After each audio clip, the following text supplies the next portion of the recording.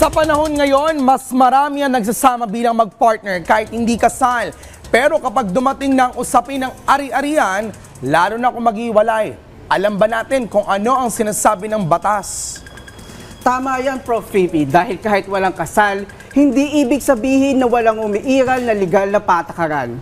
Kaya ngayong araw, ipapaliwanag namin kung paano poprotektahan ng batas ang ari-arian ng live-in partner. May attorney, there is a good news dahil kahapon ay sinabi ng Korte Suprema na valid yung sa usapin ng ari-arian ng mga same-sex couples kung sakali in terms of the properties. Tell us more about this. Go ahead. Okay, so kahapon, naglabas ng decision yung Supreme Court na kung saan nag-recognize na yung property relations between a relationship between same-sex couple. Okay. Okay, so sinasabi doon sa kaso na yon, pag same-sex couple kayo, nagsama kayo, nag-acquire kayo ng property, covered kayo ng Article 148 ng Family Code. Okay? Ang nakalagay doon sa Article 148 ng Family Code, kung meron kayong property na na-acquire at meron kang contribution, meaning actual contribution doon sa property na yon, pwede kayong magkaroon ng share doon sa property na acquire nyo ng same-sex couple. And does it cover, for instance, if wag naman sana isang couple, member ng partnership ay pumanaw? Yes, yes. Okay, yon. So, okay. I think as a member of the LGBTQA+ community, that's a good thing. It's a progress for us. Attorney, you mentioned about property relations. Para sa mag-live-in partner, tell us more about this. Yung property relations, ito yung legal na patakaran na nag-govern kung sino ang may-ari at paano paghahatian yung mga properties na na-acquire ng live-in partners. Okay. Without the benefit of marriage, meaning ito yung mga nagsasama na hindi kasal. Okay.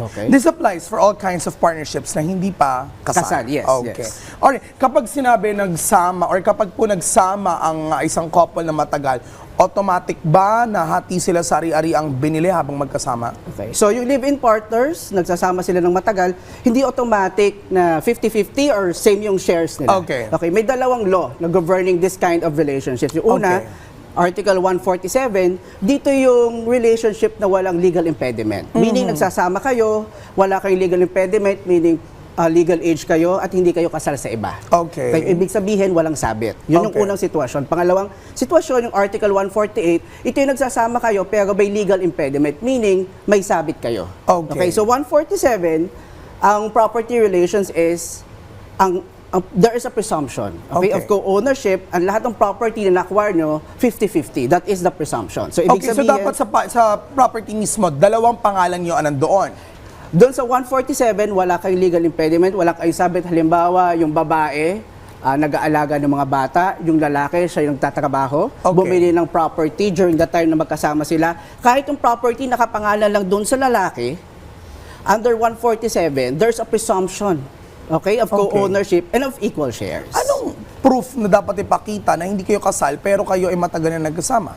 Dapat, of course, nagsasama kayo as husband and wife exclusively. Okay? Pero doon sa pagkakataon na yun, kino-consider ng batas na yung contribution ng babae, for that example, pag-aalaga ng bata is enough contribution for that woman to be entitled to the property. Okay, so even with same sex, kung matagal sila nagsasama? Doon sa same sex naman, ito yung 148. 148. Sa 148, ang sitwasyon na kino-contemplate nito ay yung may legal impediment. Nagsasama kayo, pero may legal impediment, meaning may sabit, either yung isa is may asawa ng iba. Okay. So pag bumili ng property, naka-acquire ng property, wala yung presumption na may share yung isang party. Okay? Magkakaroon lang ng share yung party kung may proof of actual contribution.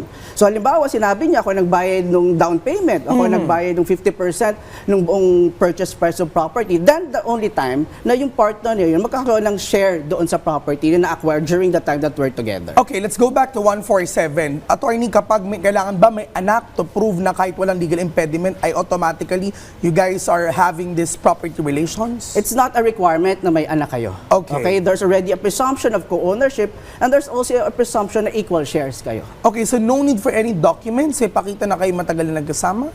Mapapatunayan naman ninyo, of course, na kung matagal na magkasama, and if it's admitted fact naman na hindi kayo na matagal na talaga nagkasama, at nagsasama kayo exclusively as husband and wife, then 147 will apply. Kasi inisip ko dito, balik ulit ako doon sa konsepto ng pagpanaw ng isang live-in partner.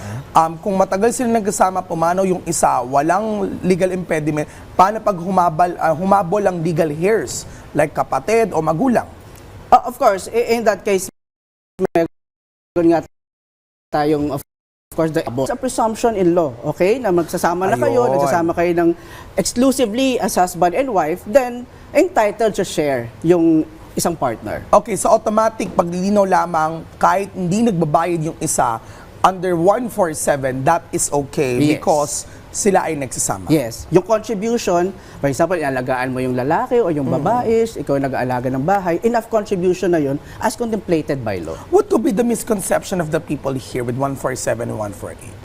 I think yung misconception ng mga tao, let's just say 20 years na kami nagsasama or 30 years na kami nagsasama, parang akala nila kasal na sila sa ilalim ng batas. Okay. Hindi yun sa tagal ng pagsasama, but it's really the marriage that is contemplated by law that will really give you certain rights. Okay, pangalawa, tagal na namin magsasama, so I think entitled na ako sa 50% ng share. Again, hindi yun sa tagal ng pagsasama. Okay. Okay, lalo-lalo na sa 148 na mayroong legal impediment, mayroong sabit, kailangan mo ng proof of actual contribution. Like, what kind of documents are going to produce for that? Proof na nagbayad ka. Ito yung sa 148 na yung Okay, may kahit sabit. sa isa lang nakatitle yon. Yes, ito yung sa may sabit. Kasi pag may sabit, of course, pwedeng humabol yung first family.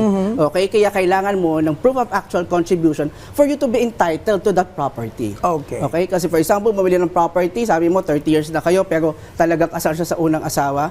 Kailangan may katibayan ka or proof na bumili ka o nag-ambag ka basically sa Ayun. pag-purchase ng property kasi pwedeng humabol yung unang family. Ano yun? Magkakaroon ng settlement afterwards na para maghahati yung legal heirs yung dating asawa versus yung nagsasama Of ngayon? course, kung wala namang magko-contest, then magiging madali yung issue. But of Okay. course, there will be, if it is contested, magkakaroon ng kaso. Okay. What could be the practical approach for couples na nag-live-in under this new progression or about this property relations na kahapon ay pinagdesisyonan ng Korte Suprema? I think first is financial transparency. Okay. I think in our culture, hindi tayo masyadong open to discuss about financial matters kasi isipin natin, wala tong tiwala or iniisip natin na, iniisip nyo na pwedeng mag-end yung relationship. But I think being transparent on financial matters is very important in any kind of relationship. Okay.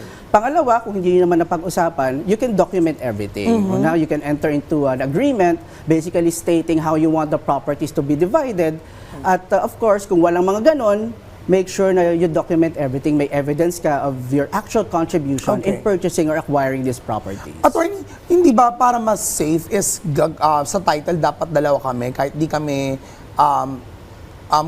yung konsepto ng affinity or kasal kami na dapat ay pare sa pangalan namin dapat na ilagay doon or kahit magkaiba kami ng hindi kami mag-asawa or mag-live-in lang dapat meron kaming SPA or dapat sa title dalawa kami magkasama for us to be safe? Yes, ideal yon na dalawa kayong sa title. Ibig sabihin, you're already recognized na yung isang partner may contribution. Okay. But of course, hindi naman yung lagi nangyayari. May yung isa, ako lang gusto kong isulat dyan yung pangalan ko kasi siguro naisip na later on, baka magka-problema. Ayun. Diba? So in that case, you have to have evidence or proof that you actually contributed in acquiring the said property. Ang ganda nito kasi if I'm not mistaken, meron sa Quezon City yung right to care card. Yung parang kapag merong mahal sa buhay nasa ospital, kapag lalo na pag sa same sex ay pwedeng Yes. so even with property ay pwede na mag-apply unti-unti na. Yes, yes, Kahit parang hinihimay-himay yung mga iba't ibang bahagi nung pwedeng isakop ng SOGI. Yes, it's a welcome development. Oo, welcome It's a welcome development. Pero development. kung sana isang bagsakan na pa sa tong SOGI na to, maaring kasama na rin ito kasi it applies for all sexual orientations and gender identity and expression. Well, attorney, what could be your advice in terms of how do we make sure na walang pwedeng maging other weaknesses or problema na pwedeng kahapin ang mga live-in couples when it comes to properties? Of course, una is dapat pag-usapan. Okay. As sinabi mo kanina, financial transparency, we have to talk and discuss about these financial matters affecting your relationship. Okay. I think yun yung pinaka-ideal. Pangalawa, kung wala tayong ganitong pag-uusap, we have to have proof or documents that would show na meron tayong contribution in acquiring the properties na binibili ninyo during Lalo the na mga relationship. tao emosyonal. Kapag halimbawa ay kahit nung nag-usap kayo, attorney, pero in the end, dahil nag-away kayo, may nakitang problema na, oy, nakita kita may kasamang iba. So biglang all of a sudden, maghiwalay na tayo.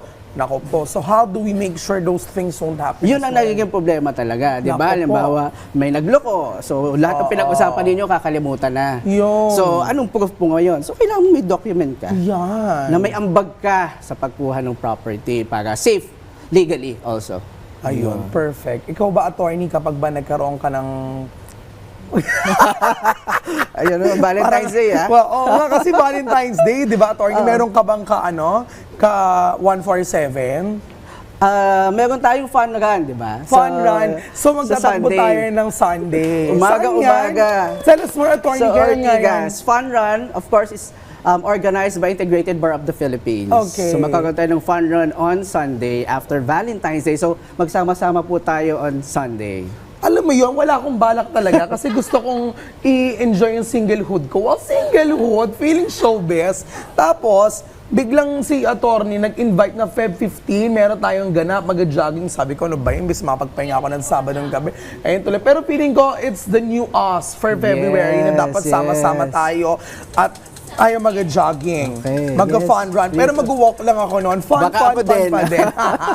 On that note, maraming salamat at Attorney Roel Ilagan sa pagbibigay ng oras sa amin ngayong umaga. At para sa ating mga ka-RSP, sana'y magsilbi itong paalala na mahalagang maging maalam sa batas bago pumasok sa anumang uri ng relasyon o kasunduan, lalo na kung may kinalaman sa ari-arian. Dahil sa dulo lahat, ang tanong dapat ay, legal ba?